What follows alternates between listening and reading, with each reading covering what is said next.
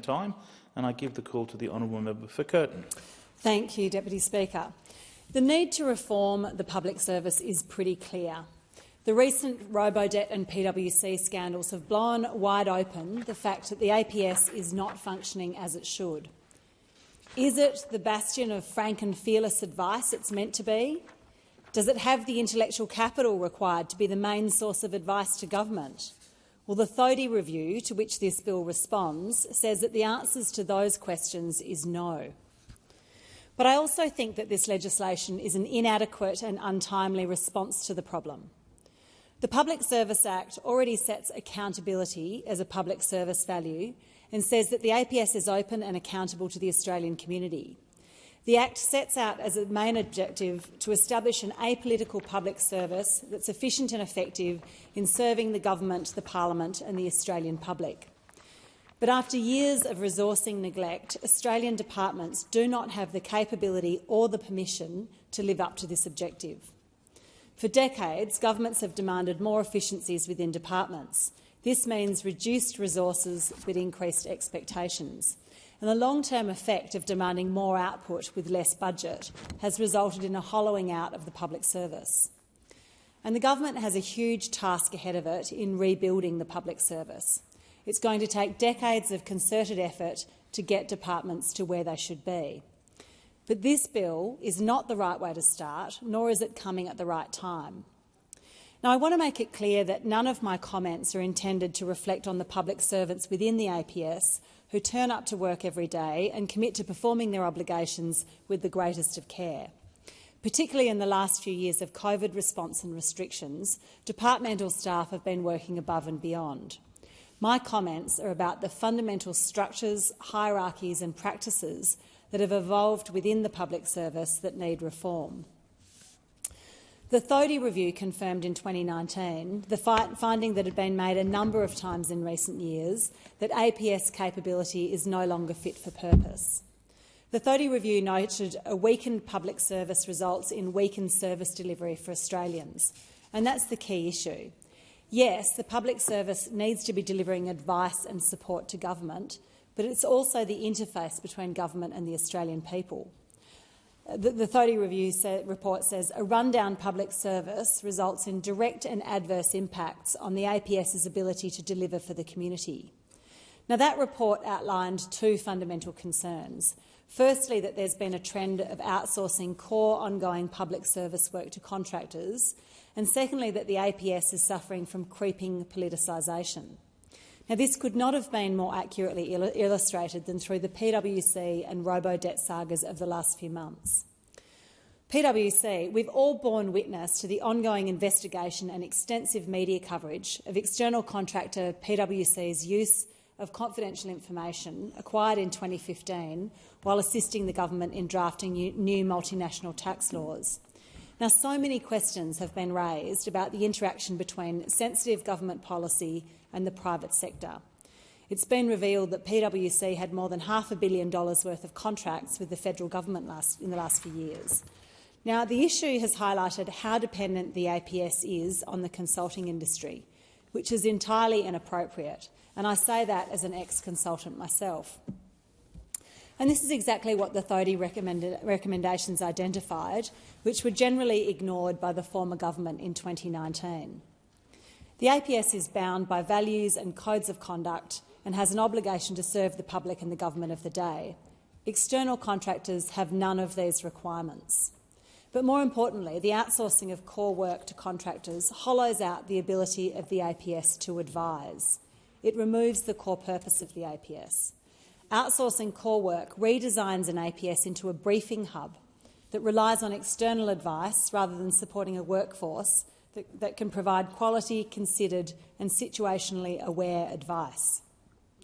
A well-resourced, capacity-rich APS will always provide better advice than a contractor and won't leak secrets to clients. The Robodebt debacle goes to Thodey's second fundamental concern, the creeping politicisation of the APS. The horrors of the Robodebt scheme and the effect of this scheme on the lives of so many Australians cannot be underestimated. But how did this happen? How did a theoretically apolitical APS that delivers frank and fearless advice managed to implement this unlawful and immoral scheme? Well, it didn't. The APS that implemented this scheme was following the instructions of government without challenging or questioning the principles. The APS that implemented this scheme was not serving the public. In 2017, a Senate committee found that a lack of procedural fairness is evident in every stage of the program, which should be put on hold until all procedural fairness flaws are addressed. But nothing happened. Robodebt was implemented as directed by government without frank and fearless advice from the APS. This is the problem we should be addressing. So what does this bill actually do? We've just heard from the member for Bruce on a lot about these problems, but not much about how this bill will actually change anything. At the outset, I do applaud the Albanese government in its announced commitment to rebuild the APS, and it requires a long-term commitment to the task. And I acknowledge the narrative that this bill is the first step, but it's not a step. This amounts to platitudes which will do nothing to operationalise a rebuilding. If rebuilding the APS was akin to rebuilding a house, this bill is choosing the colour of the roof tiles. I worry that this bill will detract from significant reform as we all pat ourselves on the back because we've started. So what does this bill actually do? Firstly, the bill legislates a few of the rhetorical elements of the Thodey Review, but does not include the substantive recommendations. Secondly, it adds in an APS value of stewardship, which is not a Thodey recommendation, given stewardship is a function, not a value, and it requires an APS purpose statement to be prepared by the Secretary's Board. Now, this seems like a labour-intensive and arduous lip service when the APS is already bound by the Public Service Act and APS values. The third thing this bill does is require agency heads to create a work environment that enables decisions to be made by APS employees at the lowest possible classification level. Now, I'm assuming that this is to attempt to dilute some of the top-heavy decision-making in the APS hierarchy, but it makes no sense to me that this, which is not a Thodey recommendation, is a priority, and it's not clear that it even belongs in legislation. I worry that the government is touting this bill as part of long-term thinking, when actually it's a piecemeal, knee-jerk reaction to the need for action. So what actually does need to happen? Well, before we can even begin to have conversations about how to rebuild the APS, we need to hear the response from the Robodebt Royal Commission.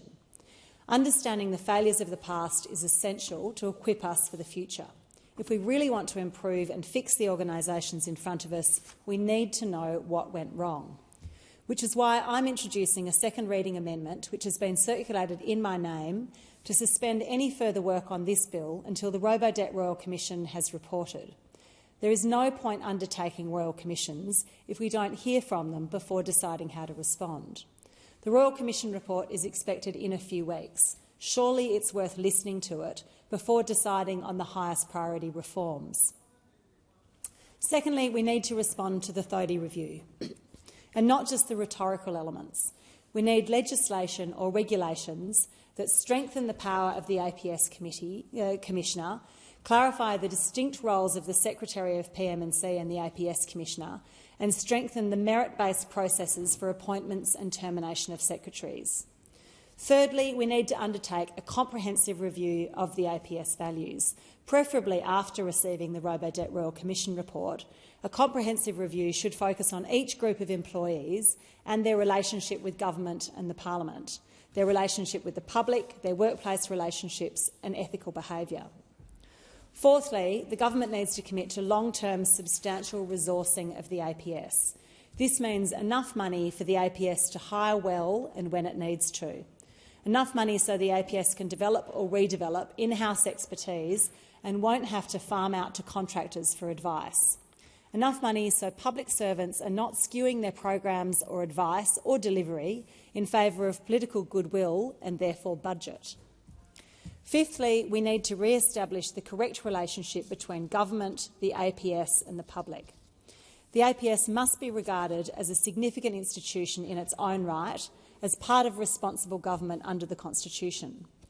I refer to Andrew Podger's AO's comments in this regard and defer to his experience. He said, "The partnership between secretaries and agency ministers is critical. It requires trust and mutual respect and confidence in the confidentiality of communications between the two. The independence of the APS, and therefore secretaries of departments, must be maintained and repeatedly reinforced. The relationship should be along the line of trustees, each respecting the other's roles and responsibilities, not quite equals, as the APS does serve the government, but not the principal-agent relationship which has emerged since the 1980s, let alone the master-servant relationship apparent in more recent times. And finally, we need to ensure that APS leaders are fully equipped to lead. Now, concerns about leadership and leadership responsibilities within the APS have been raised regularly over the last 2 decades. It seems ludicrous that we've been talking about leadership concerns in the APS for 2 decades.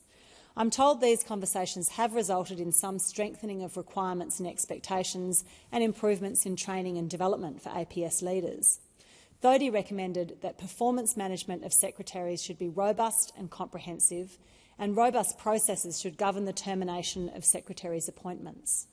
I urge the government to prioritise the reform of APS leadership and to ensure departmental secretaries are appointed on merit, with a full understanding of purpose and responsibilities and a commitment to the rebuilding of expertise and capability in their departments. In conclusion, and to quote the Thodey review again, APS capability has arguably deteriorated and is not fit for the future. The approach to all aspects of workforce management lacks strategic direction and is below best practice in many areas. But I ask the government to consider these 3 points. 1. Reform of the APS is essential for our government and our democracy to function, so it should be done comprehensively and strategically. 2. The timing of reform is critical. We must wait for the report of the Robodebt Royal Commission in order to learn from past mistakes to prioritise our reform for the future. And 3. Reform must be substantive, not rhetorical. It needs to be backed by appropriate resourcing and budget. We need government to act decisively. Just while the